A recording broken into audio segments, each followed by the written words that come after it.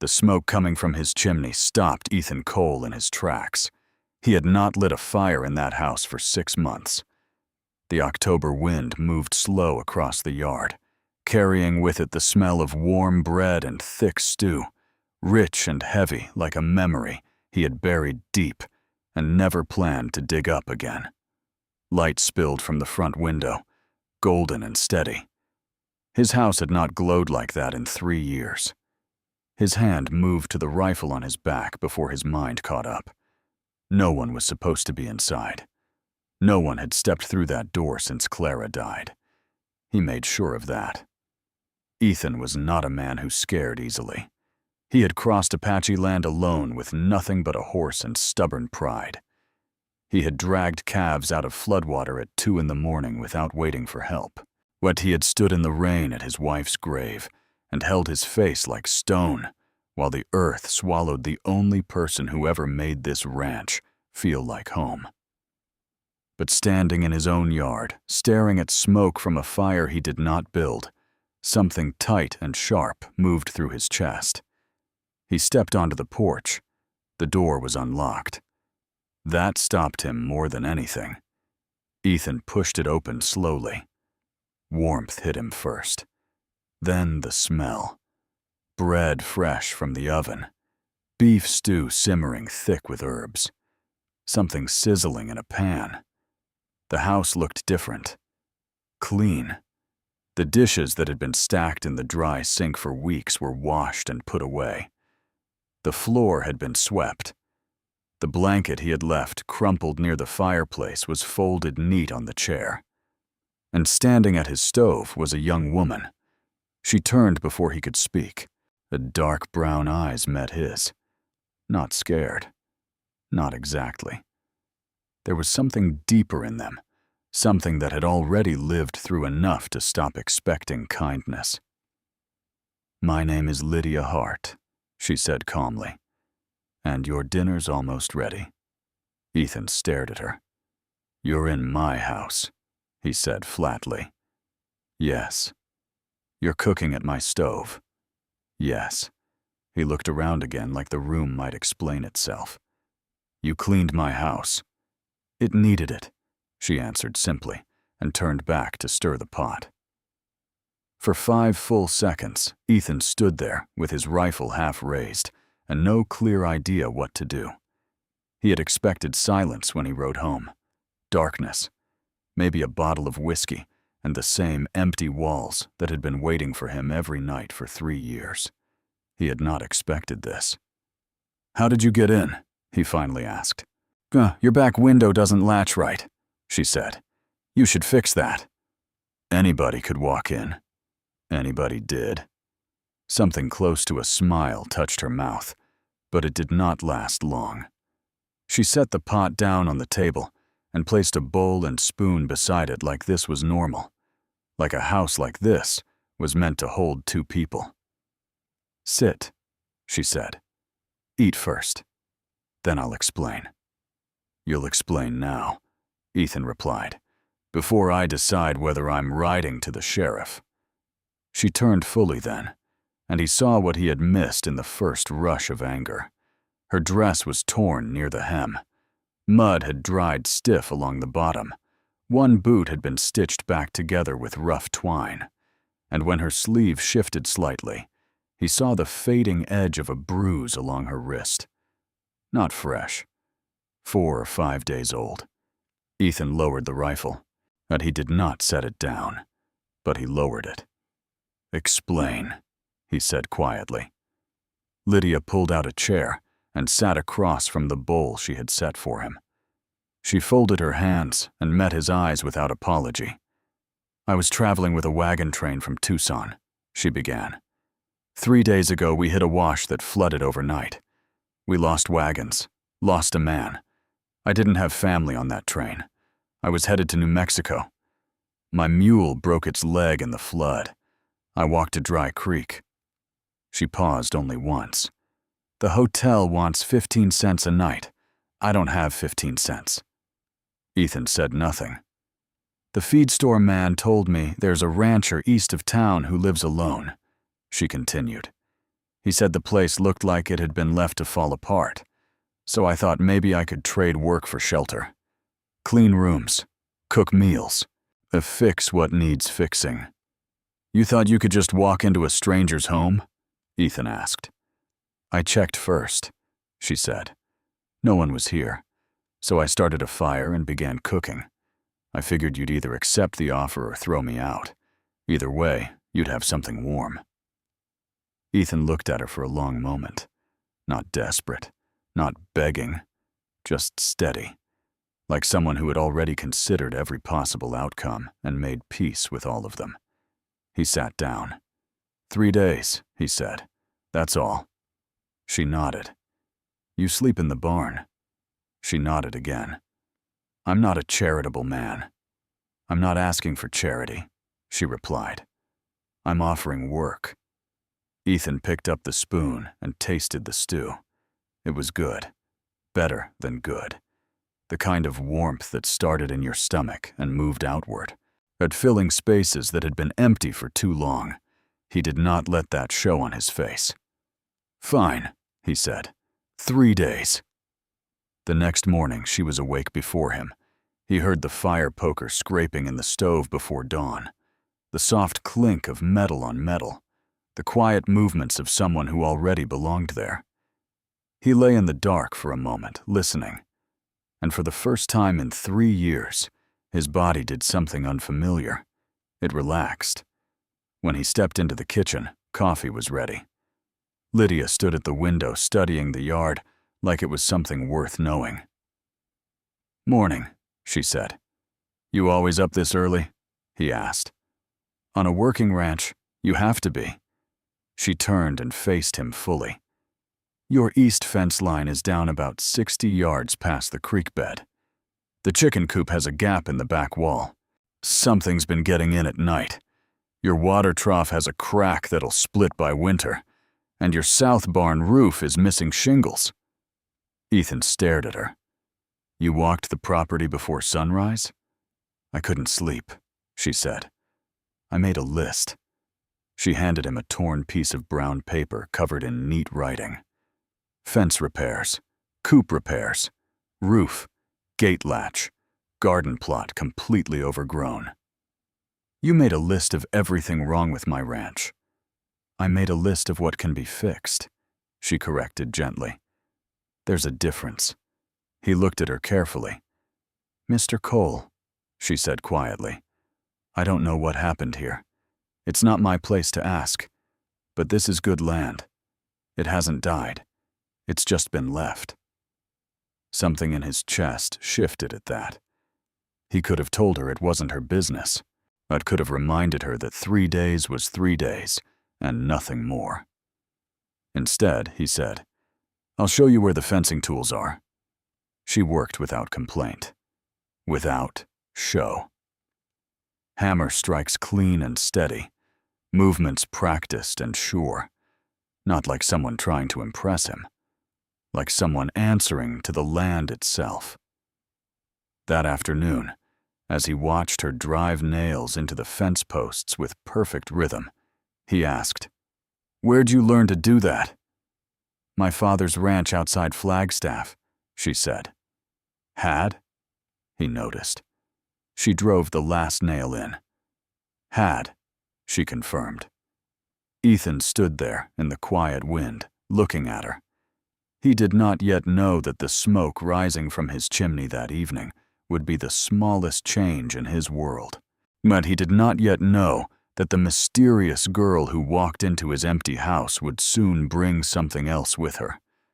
Something far more dangerous than a broken window latch. Something named Victor Hale. By the second evening, Ethan understood something he did not want to admit. The ranch felt different, not because Lydia moved through it like she belonged there, not because the fence line stood straight again, or the coop was patched tight against the cold. It was different because the place no longer felt like it was waiting to die. He had not felt that in 3 years. That night, she cooked again without asking. Fried eggs, salt pork, fresh biscuits rising golden in the oven. She sat at the table already eating when he came in from the barn. Like this was a house where people shared meals. "You don't have to keep doing this," he said. "I know," she answered calmly. "I like to cook." He studied her across the lamplight. 3 days are almost up." "Yes," she said.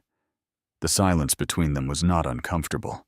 It was charged, like both of them knew something was building, and neither was ready to name it. "Tell me about your land," she said quietly. He frowned. "Why?" "Because the way a man talks about his land tells you whether he's done with it or not." He looked down at his plate. "There used to be a creek that ran steady along the north border," he said slowly. "Clara planted 4 apple trees there. I haven't walked that way in a long time." "You talk about it like it's still yours," she said. "It is mine." "Then why does it sound like you left it?" That hit harder than it should have. When, before he could answer, hoofbeats thundered up the drive. Fast. Ethan was already on his feet. Tom Briggs rode into the yard with dust flying behind him and fear written clear across his face. "Ethan," Tom called, breath tight. "You hear what happened in town?" "No." "Jed Holloway got served papers. Debt claim on his land title. Says he owes back money from years ago. They gave him 30 days to pay or get out." Ethan felt something cold move through his chest. "That's impossible," he said. "Jed's had that land since before the war." "I know," Tom said, "but the papers look legal." Tom's eyes shifted toward the house, toward Lydia, standing in the doorway. "There's a man in town," Tom continued quietly. "Name's Victor Hale. Came in 2 days ago with 3 men. Been buying drinks, asking questions. Who owns what? Well, who has water access? Who's in debt?" Ethan did not like the sound of that. "Speculator," Tom said. "Railroad money behind him. And Jed's just the first." The yard went still. Ethan heard Lydia step closer behind him. "Victor Hale," he repeated. Lydia's breath caught almost too soft to hear. He turned. Her face had changed. The steady calm she carried like armor had cracked just enough for him to see something beneath it. Something old. Something raw. "You know that name," he said. It was not a question. "Yes," she answered flatly. Later that night, sitting at the same table where she first set Stu in front of him, Lydia told the full story. Her father's ranch outside Flagstaff.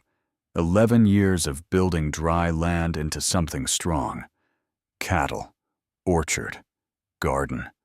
A life carved by hand. Then Victor Hale arrived, and he brought lawyers, documents, claims tied to water rights agreements signed decades earlier. One word changed in a filing, one forged notary seal. Suddenly the land became collateral for a debt that never existed. Her father appealed. The court dismissed it. 2 weeks later, men came to enforce the order. "He didn't fight them," she said quietly. "He just broke." Her father suffered a stroke 3 months ago. Alive, unable to work, unable to speak clearly. The ranch gone. "That's why I was traveling," she said. "I had nothing left to stay for." Ethan sat very still. "And now he's here," he said. "Yes. And he's doing the same thing again." "Yes." Silence stretched between them. He stood and walked to the window. The ranch lay dark and quiet outside. "He'll come for my land," Ethan said. Your land sits between 2 water sources," she replied. "In a dry year, that's worth more than cattle." He turned back toward her. "I'm changing the terms," he said. Her eyes lifted. "You stay longer than 3 days," he continued. "In exchange, you tell me everything you know about how he works." For a moment, she looked like someone who had been bracing for another blow, and suddenly found solid ground instead. "All right," she said softly. The next morning, Ethan rode to town. He found Jed Holloway pale and shaken, staring at the papers that claimed his dead father signed a debt note in 1881. "Your father died in 1879, Ethan said quietly. Jed nodded. Ethan felt anger rise, slow and controlled. Then he found Victor Hale. The man sat in the hotel saloon, dressed clean and sharp, coffee in hand. Calm, polite, and the kind of man who could shake your hand while sliding a knife into your future. "I've been meaning to speak with you, Mr. Cole," Hale said pleasantly. "Your property is quite interesting." "My land's not for sale," Ethan replied. "Most things aren't." Hale smiled. The conversation was smooth, too smooth. When Ethan left, he knew one thing. Victor Hale already had plans. By the time he rode home, Lydia was repairing fence wire. "He knows you're here," Ethan said. She nodded once. "He always knows." They worked side by side that afternoon. It was Lydia who spoke again. "The document he used against my father had the wrong county seal," she said. "A Maricopa notary stamp on a Yavapai filing. That's how we know it was forged." Ethan stopped hammering. "If he's using the same seal here," she continued, "there's a man in Prescott who can prove it. Former federal land examiner, Franklin Aldridge." "Then we move fast," Ethan said. That night, she wrote 3 pages of everything she remembered about the forged documents. Ethan wrote at dawn to send the telegram. By afternoon, a rider followed them on the road when they left town to meet Aldridge in person. Gray coat, patient distance, watching.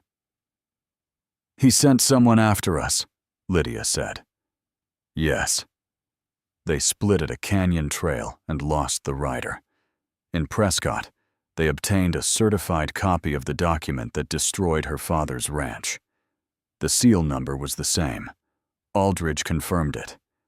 Seal number 1147, issued to a notary who died years ago, reported stolen. Used again and again on fraudulent land claims. "He's been running this pattern for years," Aldridge said. "If we present this in court, it collapses everything." Everything.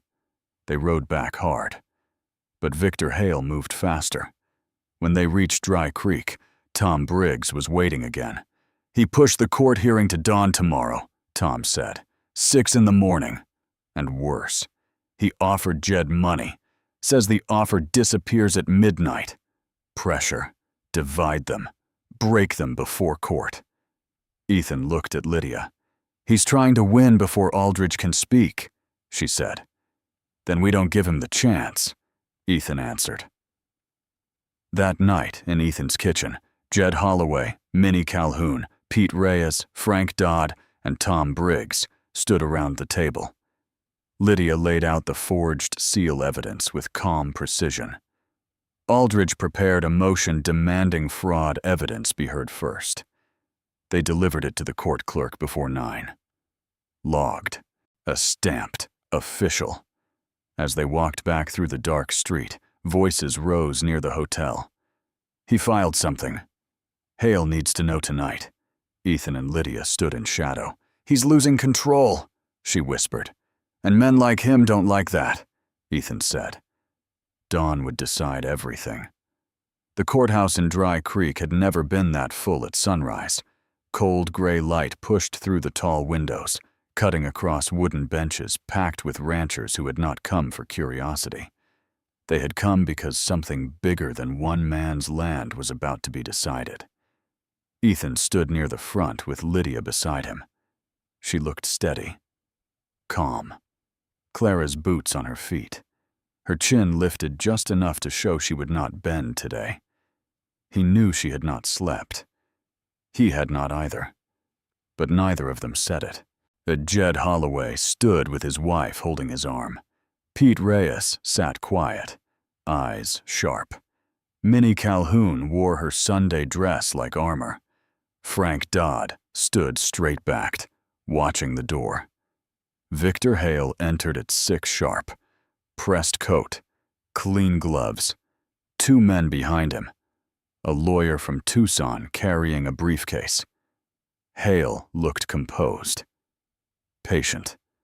Like a man walking into a meeting he had already won. That was what made Ethan's jaw tighten. The judge stepped out at 6:15, heavy set, tired eyes, not expecting a room like this. He picked up Aldridge's motion first. He read it slowly. Hale's lawyer stood to object before the judge even finished.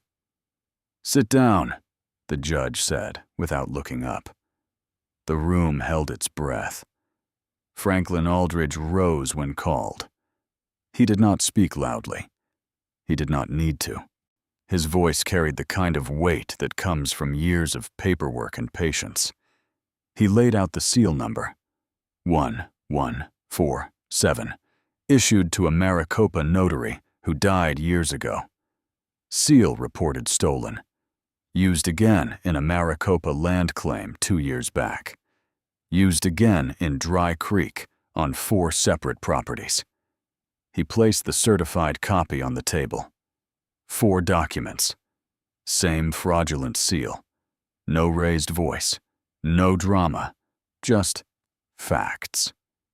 The lawyer tried to shake him. "You cannot prove my client personally forged anything." "I can prove the legal instruments used to obtain these properties are fraudulent," Aldridge answered evenly. "That is sufficient." The judge looked at Hale. For the first time, the patience in Hale's face shifted. Not gone, but thinner. "Mr. Hale," the judge said carefully, "do you wish to explain why the same stolen seal appears on 4 of your claims?" Hale stood smoothly. "I acted in good faith on documents provided to me," he replied. "If fraud occurred, I am a victim as well." The judge did not look impressed. "The Maricopa case from 2 years ago carries your name as the acquiring party as well," he said. "I am not inclined to accept coincidence this morning."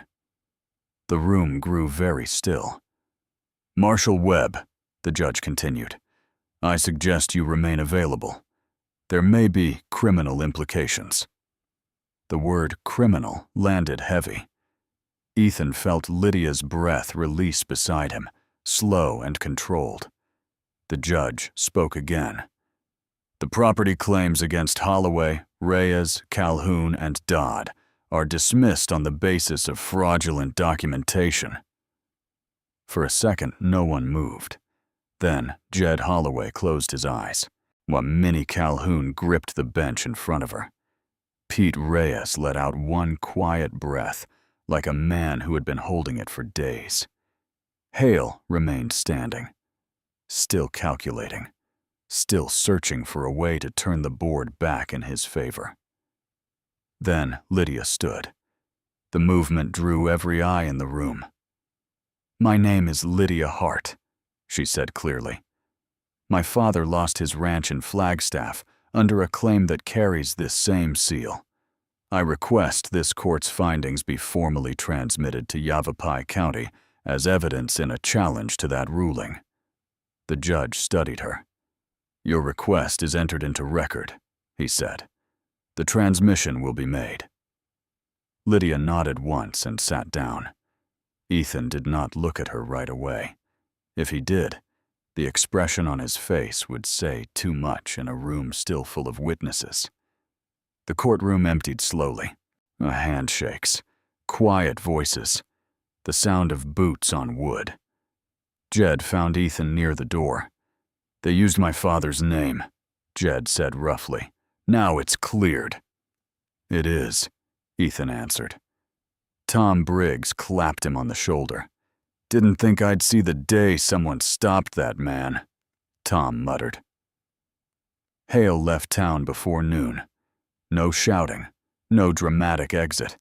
Just a man riding out under the careful watch of the marshal, the patience in his eyes replaced with something colder. He was not destroyed, but he had been stopped. And for men like him, that was new. That evening, the ranch felt different again. Not tense, not waiting, just steady. Lydia stood near the garden where winter squash vines had begun spreading low across the soil. "The territorial process for my father's land will take time," she said quietly. I know, but it's moving." "Yes." She turned toward him. "When I came here, I was out of road." He met her eyes. "You gave me another one." "You gave yourself one," he corrected.